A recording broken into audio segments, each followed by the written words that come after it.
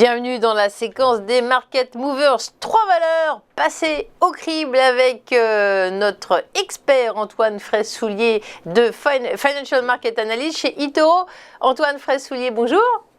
Bonjour Fabienne et bonjour à tous. Merci d'être avec nous. Alors dans l'actualité, vous avez identifié effectivement des sociétés qui animent les transactions ce jour. C'est le cas de Saint-Gobain. Ils ont quand même révisé à la hausse leurs coûts en énergie et matières premières pour 2021. On parle régulièrement avec les économistes de l'inflation, mais les entreprises aussi. Ça se traduit très concrètement pour elles, n'est-ce pas ?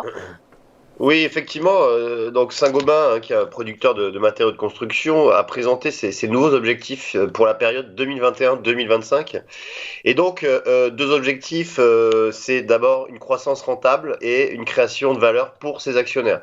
Alors, en termes de croissance rentable, le groupe vise une croissance interne de son chiffre d'affaires entre 3 et 5% et une marge opérationnelle entre 9 et 11%.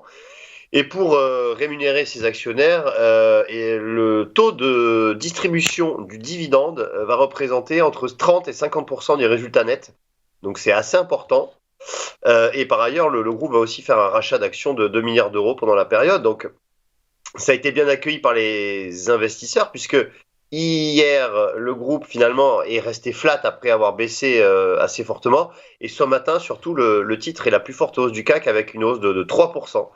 Par conséquent, eh bien les investisseurs, les actionnaires sont satisfaits de ces prévisions et de ce relèvement d'objectifs. Et quand on regarde graphiquement, effectivement, le titre est sorti par le bas du canal haussier dans lequel il évoluait maintenant depuis quasiment un an.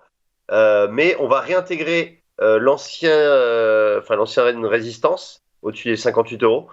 Et donc, on a potentiellement un début de reprise à la hausse sur le titre.